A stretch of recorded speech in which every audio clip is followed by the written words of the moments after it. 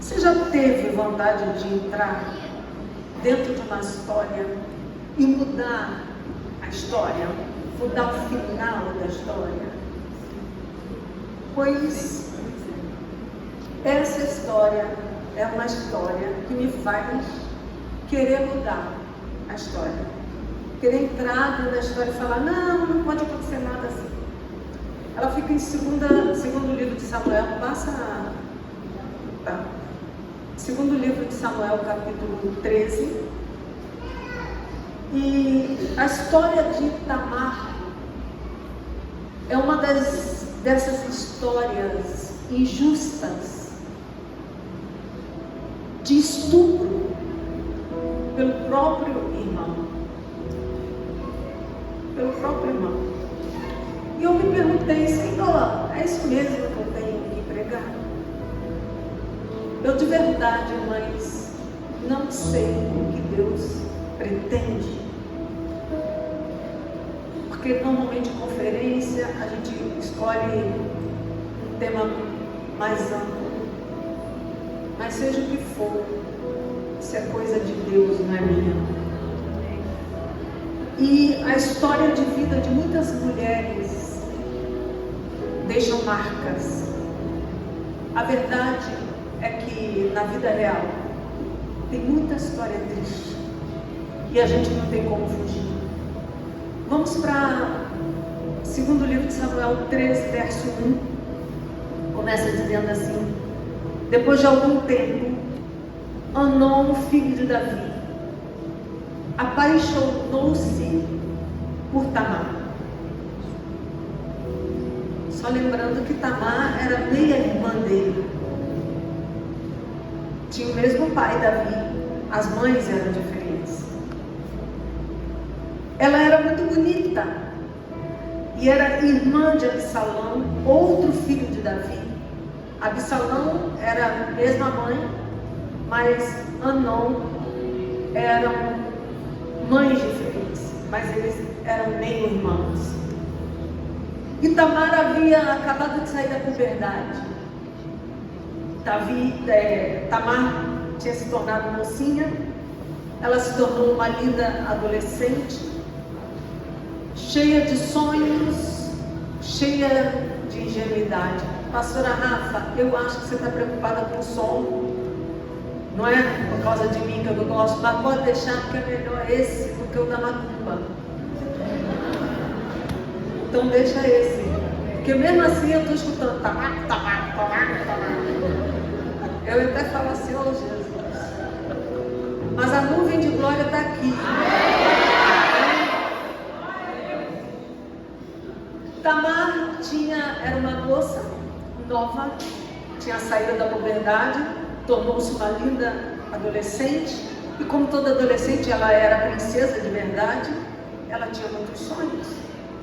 E Amnon, o filho primogênito de Davi, o filho mais velho, o herdeiro do trono. E ele ficou encantado com a beleza de Tamar e começou a cobiçar a sua irmã. Cobiçar. Era uma menina linda e ele começou a querer a irmã. Verso 2. Amnon ficou angustiado ao ponto de adoecer. Você já viu esse tipo de obsessão? O cara chegou a ficar doente porque ele queria a irmã. A ponto de adoecer por causa da sua meia irmã Tamar. E algumas versões dizem que essa paixão era muito forte, pois ela era virgem e parecia impossível aproximar-se dela, porque uma virgem era tratada toda separada, não misturava-se com as outras pessoas, então era praticamente impossível chegar perto de Tamar. E ele encucado com aquilo: como é que eu vou chegar perto dela? Eu quero essa garota, essa irmã. Além de tudo, era a irmã dele. Amnon foi tomado pela luxúria, pela lascívia desenfreada E ele ficou enlouquecido por Tamar. Ele chega ao ponto de ficar doente. E a gente sabe que ele não amava Tamar. Ele desejava Tamar. Tem muita mulher que se ilude com boa ingenuidade quando um cara se aproxima dela e fica enlouquecido por ela. Toda mulher quer ser amada. E aí as mulheres acreditam que é amor, que ele está apaixonado, né? Que está gostando muito.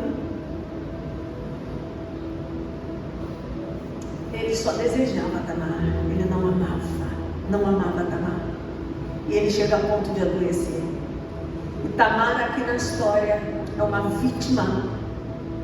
Ela se torna vítima de um ato premeditado de violência sexual que acontece dentro da casa de Davi, dentro da mesma casa. No verso 3, Amnon tinha um amigo, mas na verdade era primo, muito astuto, chamado Jonadab, filho de Simeia, irmão de Davi. Verso 4, ele perguntou a Amnon, o amigo, né? O amigo, aqueles amigos que você sabe como é, né? Aquele mau amigo, nada confiável. Aí ele pergunta para Amnon, filho do rei, por que todo dia você está abatido? Estou achando você meio triste. O que está acontecendo? Você está doente? Está desanimado? Está com depressão? O que é? Quer me contar o que se passa?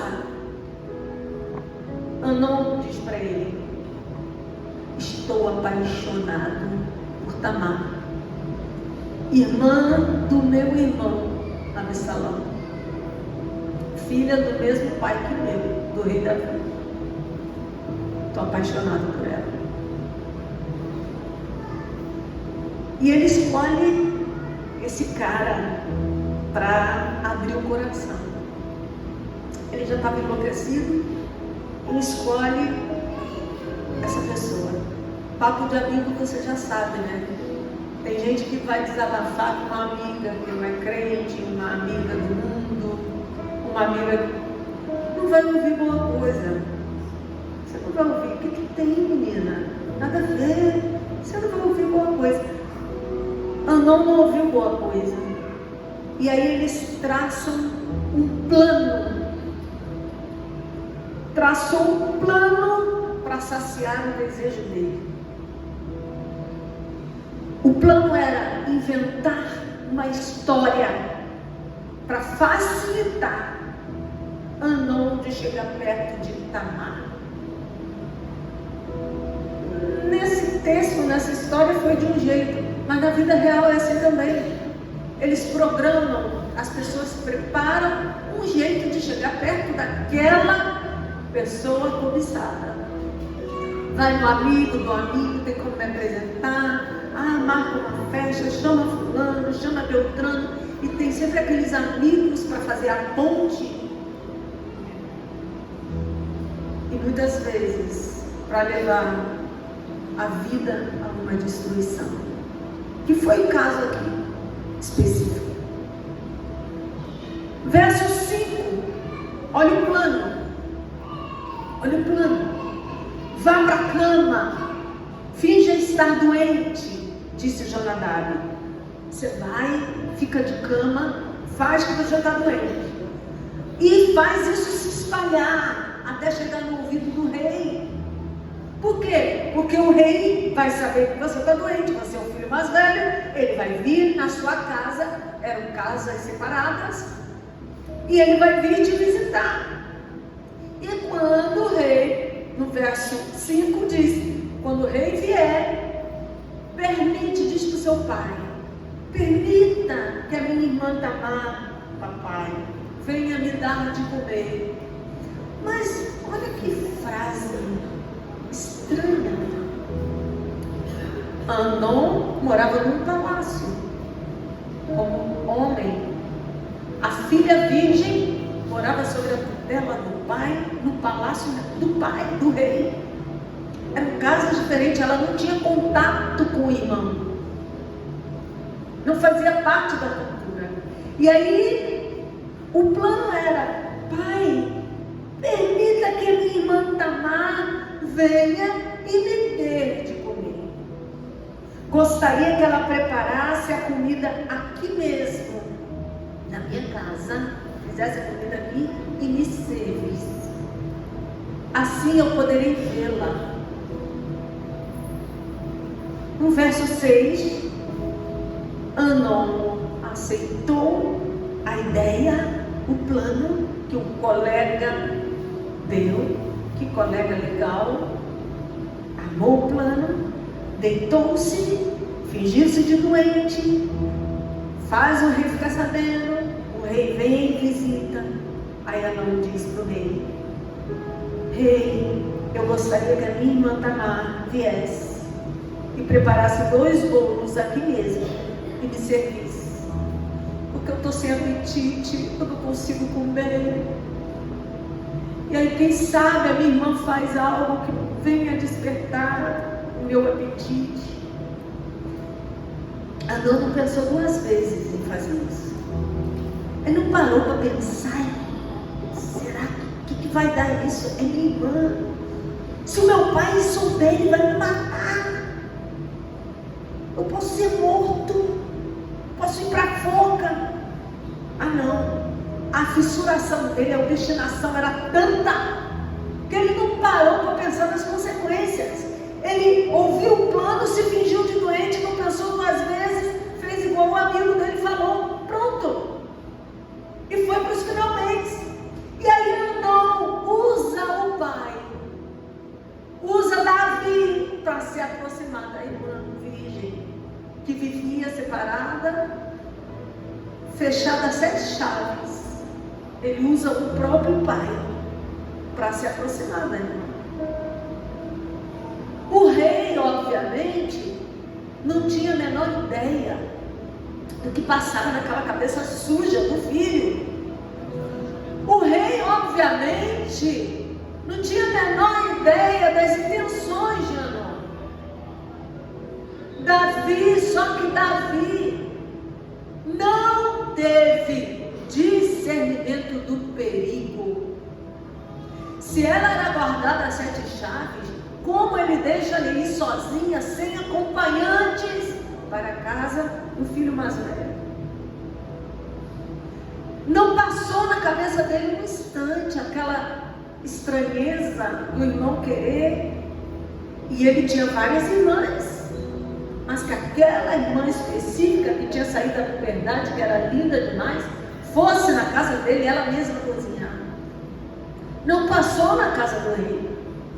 E Davi não teve a sabedoria, porque o dever de proteger os filhos é dos pais. Davi não teve a sabedoria para pensar que algo poderia dar errado e manter a filha sob cuidado, longe de perigo. Afinal, era seu filho mais velho, primogênito. Naquela época, você sabe o valor que um primogênito tinha. Estava livre de suspeitas. Nunca imaginou que seu filho pudesse fazer tal coisa. E por outro lado, quando nunca imaginou que o filho fosse fazer, também não pensou em proteger a sua filha. Aí no verso 7, Davi mandou dizer para Tamar, lá no palácio: vá para a casa do seu irmão, Anon está te chamando, e prepare algo para ele comer, porque ele está doente. E ele pediu. Só essa coisinha, a mãe já fica assim: e ele pediu para você, né? Prepare algo para ele comer. Aí no verso 7. Eu sei, irmãs queridas, você como eu, mulher, que tudo que nós, mães, filhas, podemos imaginar aqui, é que Davi protegesse a sua filha. É que o pai protegesse a sua filha. É o que a gente espera. Apóstola, eu não fui criada sem pai, não tenho nem essa visão dos homens mais. Eu sei lá qual situação sua, mas seja qual for, em algum momento da vida da gente, tudo que a gente queria era alguém para guardar o nosso futuro, alguém que pudesse nos dar um destino e que chegássemos lá na frente, conseguíssemos chegar lá na frente. Mas Davi não fez isso. Davi não cuidou da sua filha. Ele desprezou o perigo, ignorou o perigo. E Tamar obedeceu. Afinal, ele era um rei. Ninguém desobedecia o rei. E ela, além de rei, ela confiou no seu pai. Se meu pai está me mandando ir, é porque é seguro. Eu não preciso falar isso, não preciso fazer esse parênteses, mas não custa, né? A coisinha de ir para a casa de tio, ir para a casa de irmão, dormir na casa da amiguinha, ficar, mas eu já sou adulta, já tenho 20 anos, ou seja que é só um parênteses, vocês já sabem disso, mas, né? Tudo bem, eu sei que vocês sabem, mas não custa nada lembrar. Mesmo com menino, né, gente? Antes a gente tinha essa preocupação só com menina, mas hoje a coisa está tão séria que os meninos também são abusados sexualmente. Presta atenção aqui. E aí no verso 8, vamos para o verso 8. Tamar foi à casa de seu irmão que estava deitado. Então quando ela chegou lá, ele já estava o quê? Deitado, se fazendo de doente. Ela amassou a farinha. Olha, eu fico imaginando essa cena. E ele deitado, olhando, né? Olhando. Aquela mulher linda, aquela mocinha linda, aquela princesa. Ela ali na frente dele, ai, dá gastura só de falar, só de ler. Preparar os bolos na presença dele. Tem menina que é tão ingênua, gente, é por ingenuidade mesmo, com uns caras maldosos, nojento, só com outras intenções. Está lá a menina, ai, que lindo, oi, tudo bem?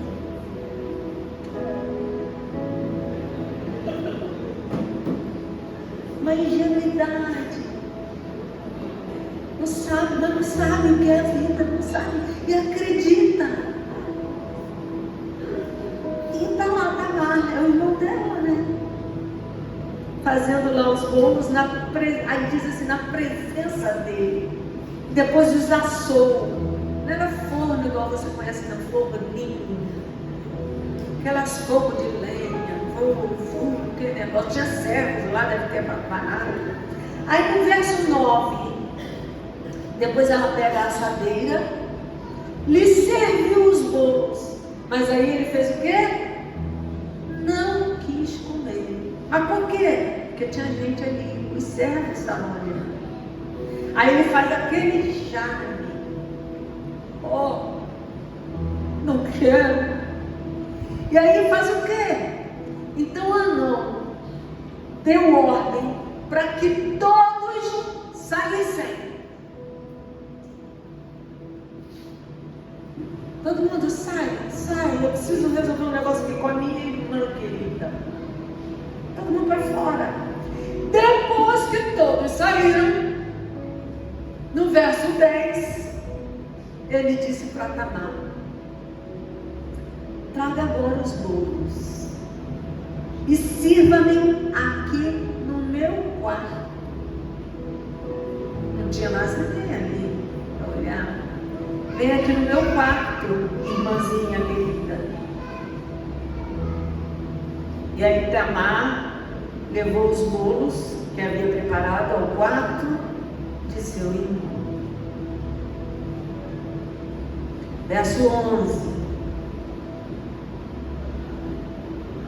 Mas quando ela se aproximou para servi-lo, ele a agarrou e disse: deite-se comigo, minha irmã.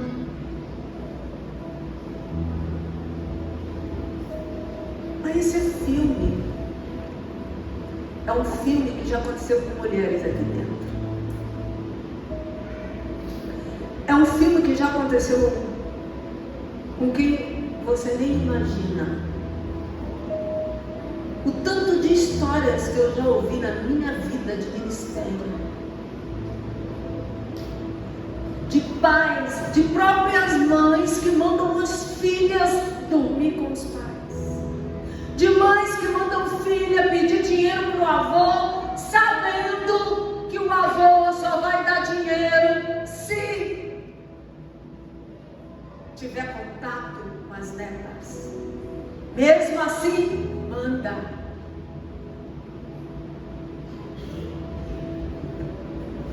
De pessoas que foram defloradas, o primeiro nome da vida delas foi o próprio pai.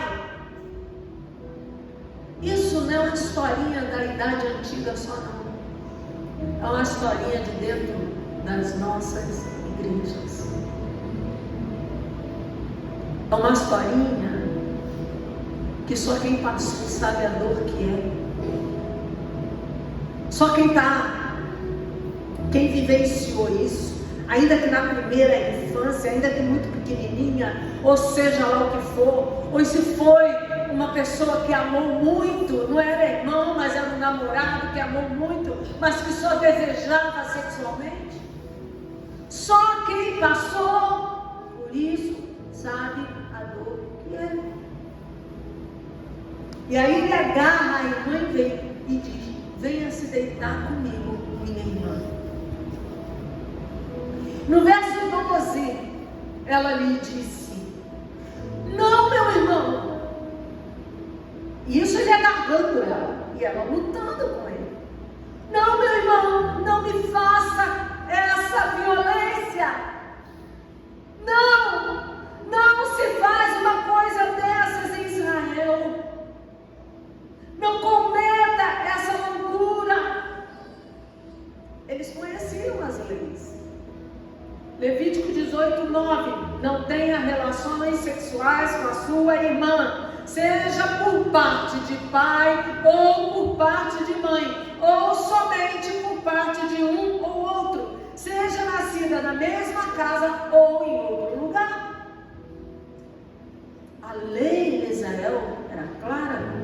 Amnon conhecia a lei.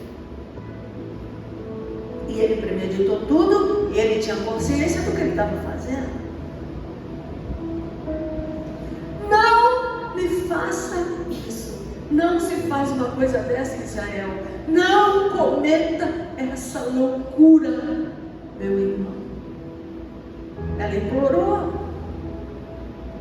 Ela lutou com ele. Ela pediu: não faz isso. Na linguagem de hoje seria o quê? Por favor.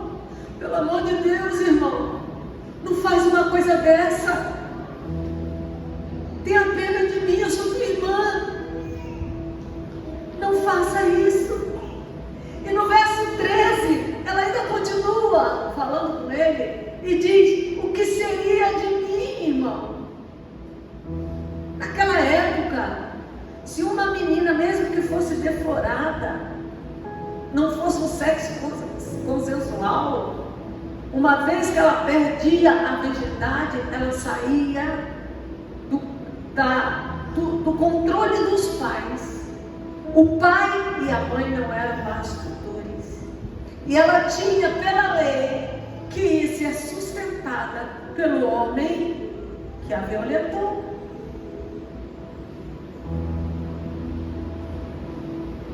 E ela disse: não faça isso. O que seria de mim? Como eu poderia livrar-me da minha desonra. Sabe o que ela está falando aqui? Eu vou viver desonrado o resto dos meus dias.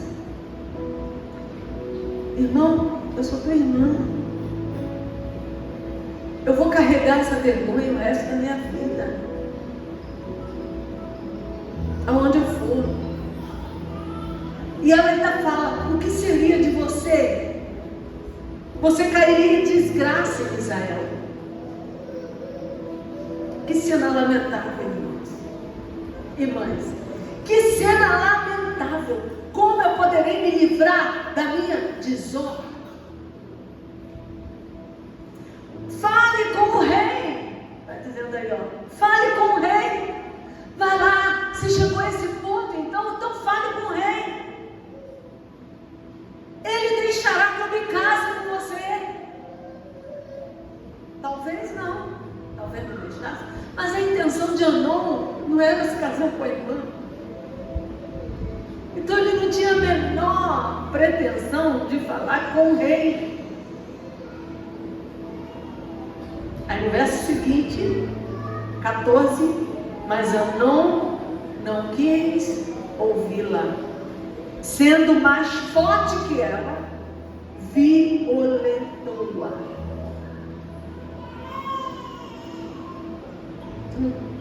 Eu não sei você, irmãs, mas não te dá um nó na garganta, não?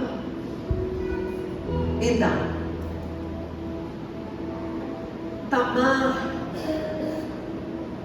Tamar estava disposta a renunciar a seus sonhos. Olha que ponto que ela chegou de implorar. Então peça ao rei para ele me dar em casamento, para casar comigo. Só não me desgrace.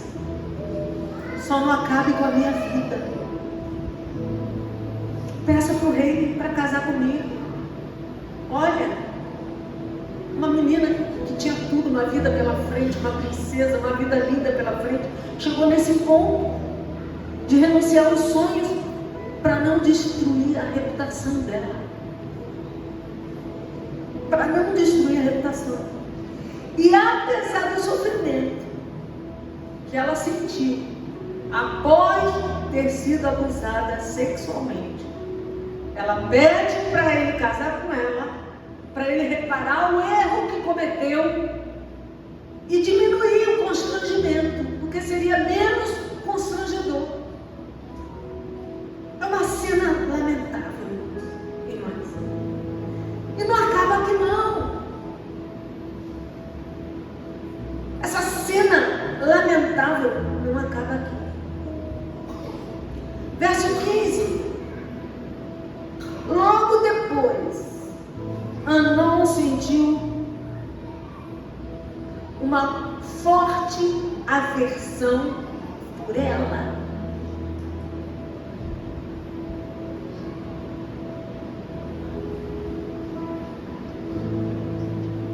Ele deflorou Tamar, abusou de Tamar, tirou a virgindade de Tamar.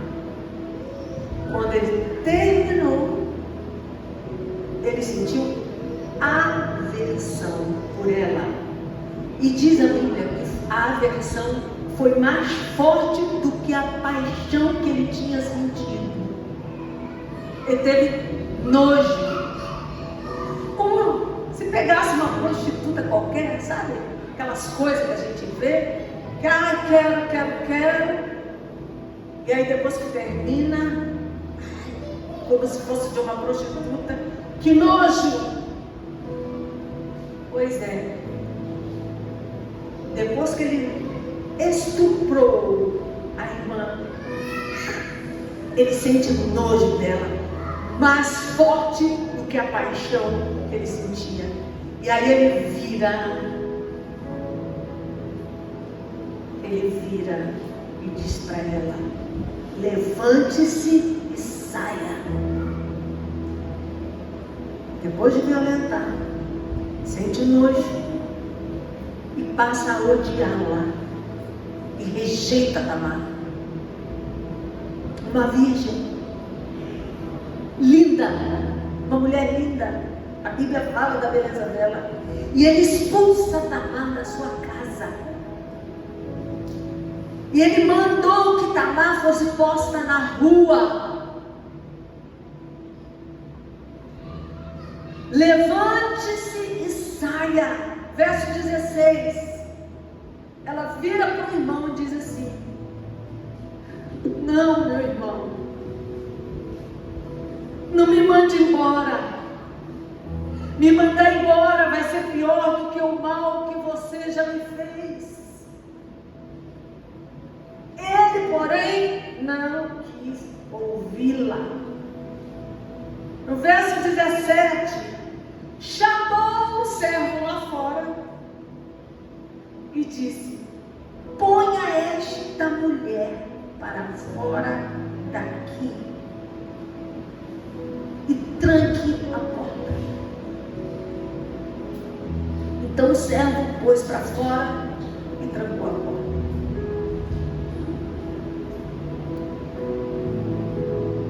Ele expulsou ela de casa, mandou que Tamar fosse posta na rua, se negou a assumir o seu erro. E a lei diz, está em Êxodo 22, 16, se um homem seduzir uma moça virgem, não comprometida, e tiver relações com ela, não está falando de irmão não, está falando de moça, pagará o preço do seu dote, e ela será sua mulher. O homem que pegasse uma mulher virgem, se relacionasse com ela, mesmo que não amasse, não quisesse encostar nela nunca mais, ele tinha que pagar o preço dela, do pai, e sustentar aquela mulher o resto da vida, da casa, comida e sustento.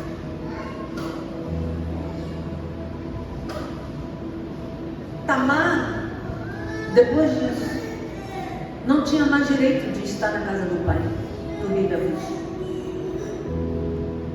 Depois disso, Tamar perdeu o direito de filiação.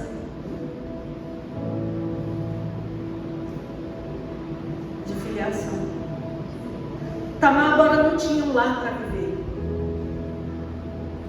Já não estava mais sob os cuidados de Davi. Imagina a cabeça dessa moça. Estava na casa do irmão, foi estuprada. O irmão não quis se casar com ela, expulsou, botou ela na rua, fechou a porta e jogou ela na rua. O que você ia fazer naquela época?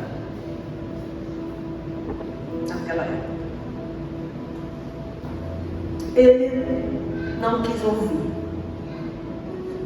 No verso 17, não sei se eu já li o 17, chamando o servo, disse: põe essa mulher para fora daqui, tranque a porta. Acho que então o servo pôs para fora e trancou a porta.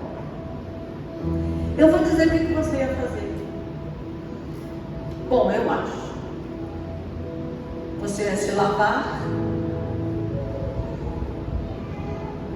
ia colocar sua roupa real, ia voltar para casa, e foi isso que a Amnon achou que ela fosse fazer. Ia fingir que nada tinha acontecido e não ia falar com ninguém. Era isso que você ia fazer, porque naquele tempo você não tinha muita opção.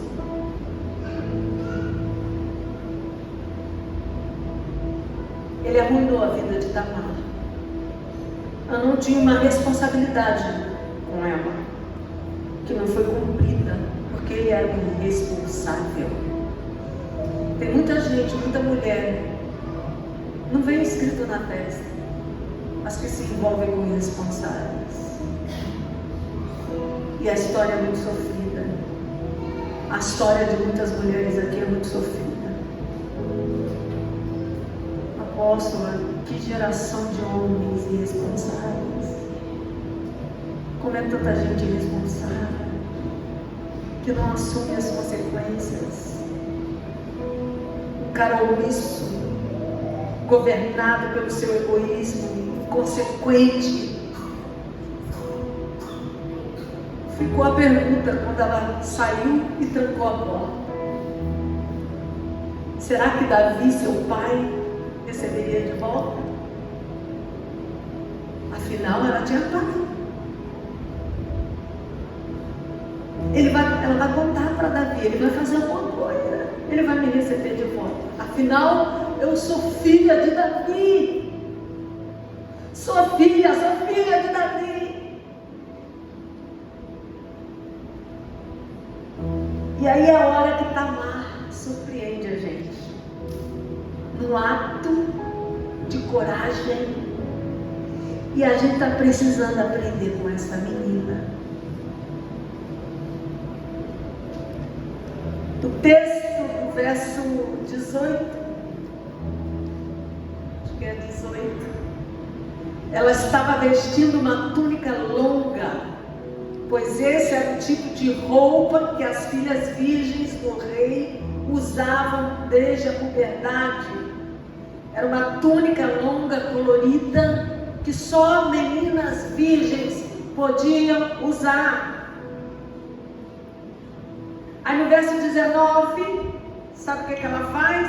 Ela não pega a túnica comprida, bonita, e faz o que talvez nós fizéssemos.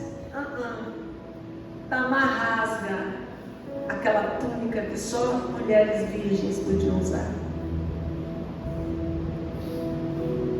Do lado de fora, ela pega aquela túnica e rasga. No verso 19, ela pôs cinza na cabeça, rasgou sua roupa de virgem e foi andando pela rua, com as mãos sobre a cabeça e chorando em voz alta e gritando.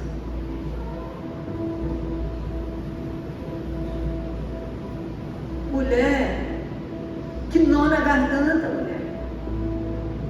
Mas olha o ato de coragem de Tamar. Ela começou a chorar, se botou cinza, rasgou sua roupa, colocou as mãos na cabeça e começou a gritar: eu sou uma desgraçada, miserável, o meu irmão arruinou a minha vida, o meu irmão arruinou a minha vida.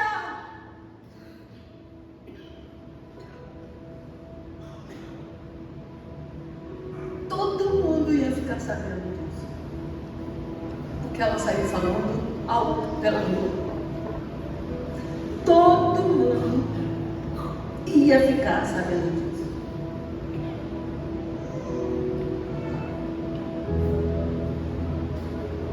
A maioria ia tentar esconder a desonra. O mundo é cruel. O mundo é frio, o mundo é perigoso. Há mulheres aqui que foram desonradas um dia e que esconderam a desonra.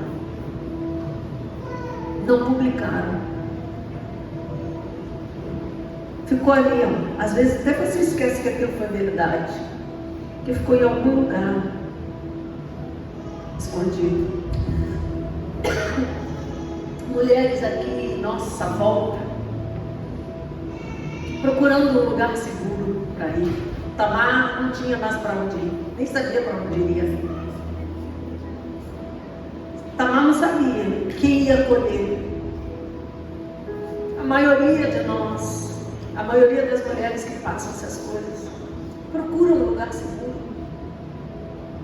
um lugar acolhedor, um abraço, sem segundas intenções, sabe?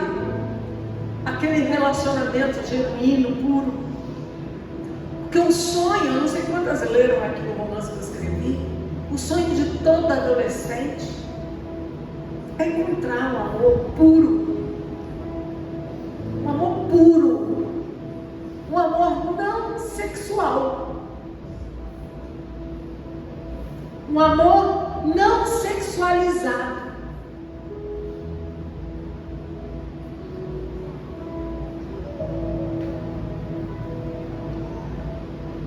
E aí, tantas mulheres buscando aceitação, As mulheres querem ser aceitas nos lugares errados, com as pessoas erradas. Mulheres buscando aceitação na internet. Eu não entendo até o dia de hoje, tá, irmãos? Não entendo não, tá? Crente, minha hora já está indo. Crente que... Não, isso é coisa da minha cabeça, né? Só me diz uma coisa, a boca é sensual ou não é? Boca é sensual ou não é? Então não vem querer, né, de botar uma coisa que não existe. Ah, bota coisa que não existe. Qual o problema de fazer com biquinho? Não, o que não existe é pensar que boca não é sensual. O pior, ensina as criancinhas. Às vezes, lá na minha igreja tem um grupo de células. Eu fico olhando a foto das crianças, mas isso, elas, coitadinhas, vão ser ensinadas aos poucos. Tudo assim, ó. As criancinhas. Criancinha pequenininha, joga um shortinho desse tamanho aqui. E na hora de tirar foto, faz assim, ó. Ó.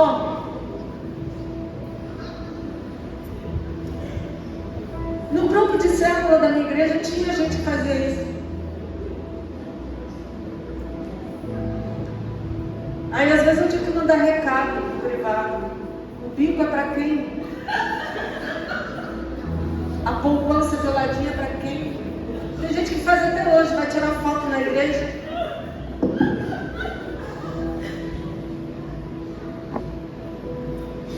Eu fico, irmãos, de verdade, eu sinto vergonha. Sabe aquele negócio de vergonha alheia? Eu tenho vergonha. Às vezes, agora não. Veio tudo aqui para Itaboraí. Tinha mulher lá na minha igreja que ia lá na frente com umas calças, entrada assim no meio do forever, entrada que eu tinha vergonha, eu, velha, tinha vergonha de olhar. Eu ficava constrangida de ver a criatura indo lá na frente, pegar o ferro. Vocês têm que entender, está cheio ainda. Vocês têm que entender, irmão, que tem irmã que é mais agraciada, está cheia, é mais agraciada do que outras, bem avantajada. Nem toda roupa que fica indecente em uma, fica decente na outra.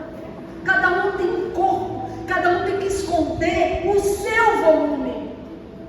Aquela que tem que esconder o seu seio, a que tem que esconder o seu bumbum, porque é grandinho. Ah, eu escondo a barriga.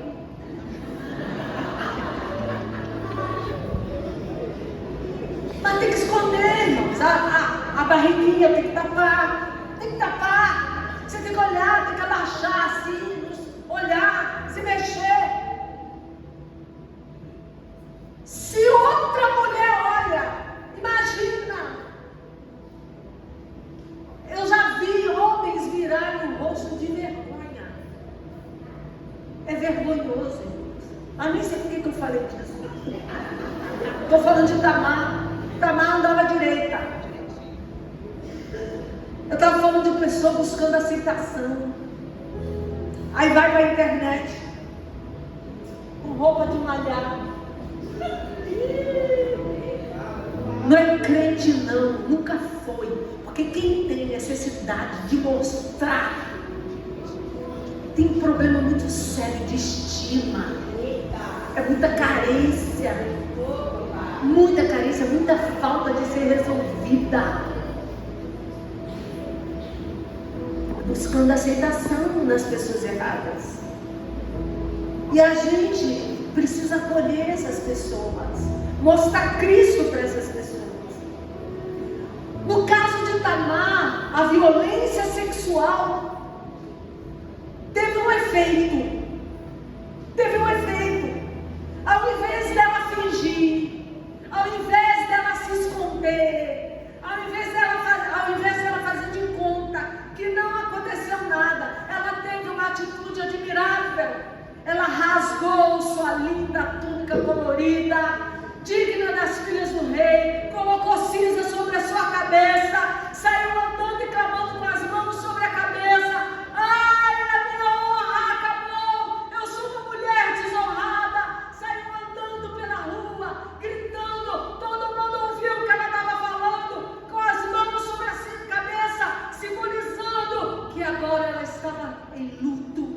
tinha sido violentada. E naquele contexto, nesse contexto de história, aquilo era uma desonra, uma humilhação, uma tristeza. E ela não escondeu. Ela não escondeu. Sabe por que ela não escondeu? Porque ela não se sentiu culpada. Ela não se sentiu culpada. A maioria das mulheres que sofrem abuso ou passam por qualquer outra situação se sentem culpadas. Vítimas que se sentem culpadas. Ela mostrou para todo mundo o que tinha acontecido. Todo mundo. E a maioria das mulheres não tem a coragem que ela tem. A pessoa sentiria vergonha. Ficaria com vergonha no lugar dela. Mas ela não silenciou a dor dela. Era uma dor que ela estava vivendo e que ela decidiu não silenciar.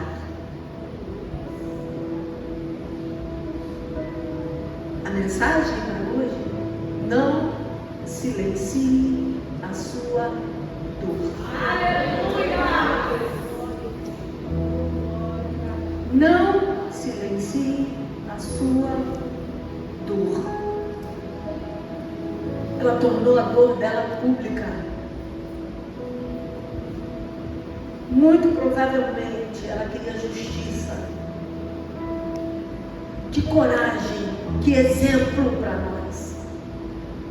Se você nunca revelou a sua dor, minha amada, seja por qualquer situação, no caso dela foi um abuso, eu convido você hoje, nesse congresso, nessa conferência, Sou Filha, eu convido você hoje a fazer como Tamar. Hoje é o dia de você publicar a sua dor, clamar em voz alta a sua dor, sair com a mão na cabeça, rasgar a túnica colorida, roupa de festa e começar a gritar, mostrar a sua dor, a sua dor. O silêncio sufoca. O silêncio sufoca. Mas Jesus, Ele chama para a liberdade. Aleluia! Aquele tão famoso texto de João 8:32, 33.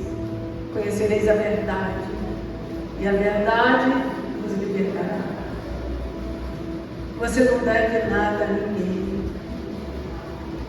Você não deve nada a ninguém. Tamar, indignada, não se calou.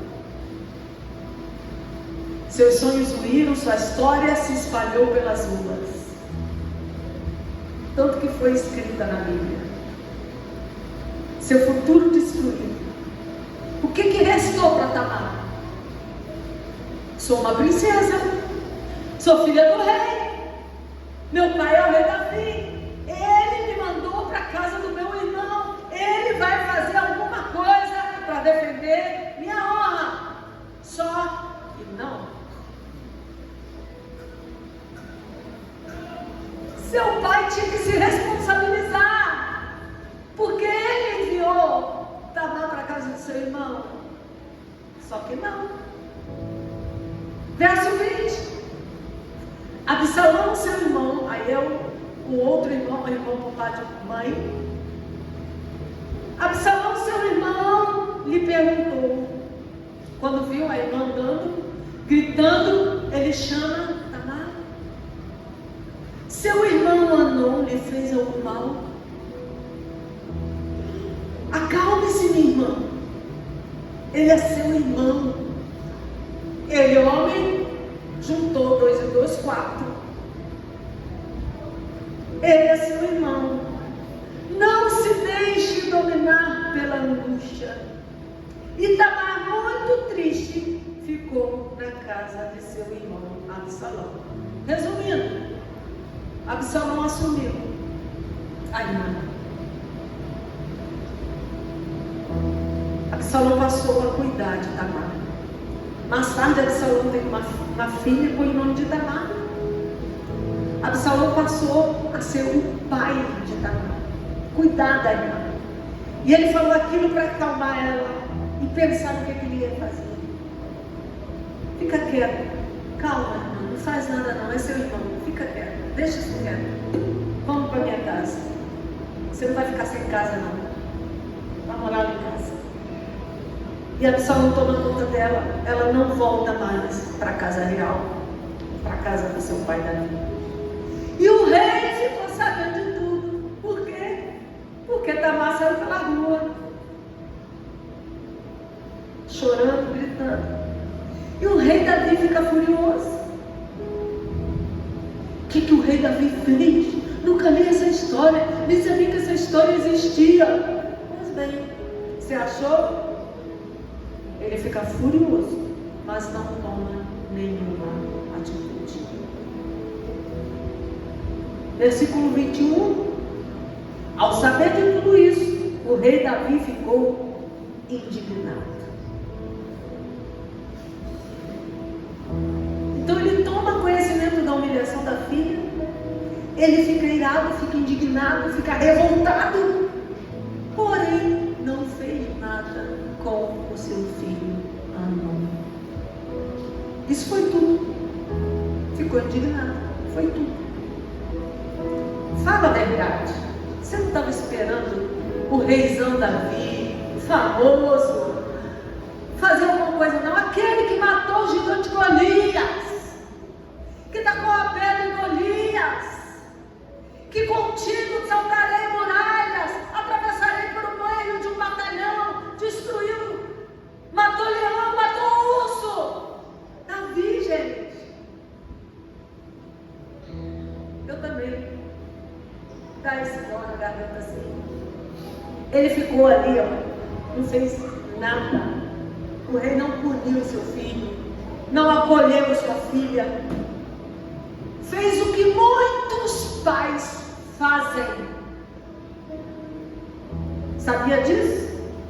Desconfiam que os filhos são abusados e deixam por isso mesmo. E você sabe, né? Às vezes é o namorado da mãe, que a mãe leva para dentro de casa, né? As mães loucas que tem filha menina e quer arrumar homem, aí leva o homem para dentro da casa. Aí o homem começa a desejar a filha da mulher, da namorada, sei lá o quê. E se a filha for falar, a mãe ainda tem crise de ciúme da filha. A culpa é sua! É meu homem, meu homem. O adepero, você que fica dando em cima dele.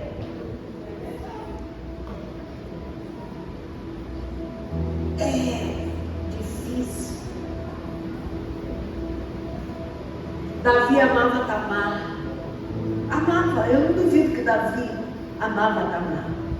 Mas ele deixou ficar por isso mesmo, fazendo que o crime contra a filha dele ficasse esquecido na memória do povo.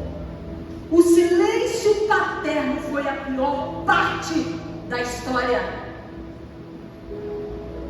De verdade, o silêncio de Davi foi a parte mais sofrida de toda a história. E Tamar foi esquecida. Por isso que eu botei Tamar a esquecida. Ela foi esquecida, sem sonhos, sem futuro, possivelmente não se casou, não deixou descendentes. Por isso seu irmão botou o nome de uma filha de Tamar, para o nome dela não ficar esquecido. Sem afeto do seu pai, sem ninguém. Mais tempo, mais para frente, 2 anos depois, seu irmão mata Amnon, com o objetivo de honrar sua irmã. E a pergunta que não quer calar: de que adiantou ser filha do rei? Bom, história contada. O que a gente pode aprender com essa história? Aqui é o exemplo do personagem mais brilhante da Bíblia, Davi. Mas a Bíblia mostra que até os mais brilhantes têm falhas. O papel de Davi era lidar de forma justa com os filhos. Mas não é isso que a gente vê aqui. Davi havia perdido sua coragem moral, a clareza de julgamento. E o desenrolar dessa história inclui ódio, manipulações, mentiras, assassinato, e vai indo uma série de marcas, vidas marcadas daqui para frente. Eu sei que o silêncio das pessoas envolvidas é vergonhoso. É vergonhoso, porque a própria Tamar não se silenciou. E é isso que às vezes as pessoas, a família quer fazer, dá um jeitinho nas situações. Vamos ficar quieto, não conta, não espalha, fica quieta, menina, não sai contando por aí. Quantas mulheres passaram pela mesma situação que Tamar? Ela ainda teve a vantagem de ter um irmão que cuidou dela. Mas tem muitas mulheres que é sozinha no mundo, que não tem a quem recorrer. E tem muita mulher que sofreu, foi vítima de algum tipo de abuso. Se tem alguma aqui, busque ajuda. Rasgue seu coração. Não se silencie. Não cale-se diante da tua dor. Você acha que vale a pena se silenciar? Guardar tua dor por causa das pessoas que estão à sua volta, do que elas podem falar ou deixar de falar? Tamar não se importou. Tamar tinha certeza que ela não tinha razão alguma para esconder. Razão nenhuma. E o que eu quero dizer é que tem muitas mulheres feridas. E você precisa de ajuda hoje. Por alguma razão, Deus me mandou falar sobre esse tema específico. Talvez para alertar algumas e para curar outras.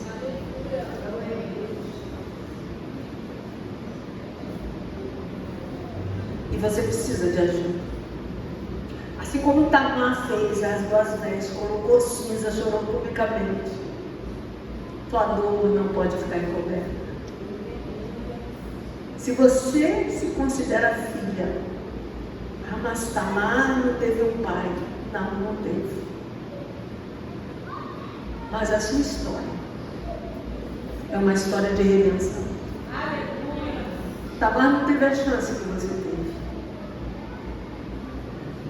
Tamar não teve a chance que você teve. A Bíblia é maravilhosa. Ela é uma história de redenção. Porque Deus é um Pai maravilhoso que se compadece dos seus filhos, amando, curando, restaurando. E sabe por que essa história impacta? Porque Jesus entrou na história. Salmo 103:13 diz assim: como um pai se compadece dos filhos, assim o Senhor se compadece daqueles que o temem. Jesus entrou na história. E em contraste com a história de Tamar, filha de Davi, as mulheres que Jesus encontrou pelo caminho, Ele notou essas mulheres. Ele preservou essas mulheres. Ele orientou, Ele protegeu, Ele perdoou, Ele redimiu, Ele curou, Ele deu destino para essas mulheres. Maria Madalena, Maria, a mulher samaritana, a mulher cananeia, a mulher do fluxo de sangue, todas tiveram uma história de redenção. Você é filha. bispa Rafaela dizendo assim: sou filha, sou herdeira. No caso de Tamar, ela era uma herdeira, mas ela só herdou vergonha. Jesus, ele vem trazer algo totalmente novo, totalmente novo. Todas as mulheres tiveram uma história de redenção. E olha, se seu coração está marcado com algum tipo de dor, seja que dor for, Ele estende as mãos marcadas pelos cravos, Ele estende a mão para você e se apresenta como aquele amor que renova, o amor que redime, o amor que restaura, o amor que recupera.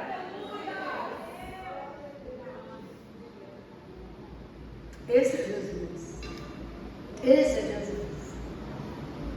Aquele que ama, aquele que me ama, João 14, 21, será amado de meu Pai. E eu o amarei e me manifestarei a Ele. Salmo 27, 10. Ainda que meu pai e minha mãe me abandonassem, o Senhor me receberia de braços abertos. Isaías 49, 16. Eis que nas palmas das minhas mãos eu te gravei. Romanos 8,15. Porque não recebeste o espírito de escravidão para outra vez estares em temor, mas recebestes o espírito de adoção. Diga adoção, diga adoção. Eu recebo, diga eu recebo o espírito de adoção. Hoje, e pelo espírito de adoção, eu clamo: Abba, Pai, Abba, Pai. Foi Jesus quem veio trazer o espírito de adoção. Cada mulher que se encontra com Cristo recebe uma nova identidade. Jesus vem mudar isso. Tamar teve esse triste fim, ela não conheceu Jesus. Você não precisa ter esse fim. Você tem uma nova identidade. Cristo veio te dar um Pai. Por meio dele, Ele te deu um Pai. Que alívio! Isso é um alívio. Isso é um privilégio. Porque nós temos a quem recorrer. E hoje, Jesus quer mudar, enxugar teu pranto.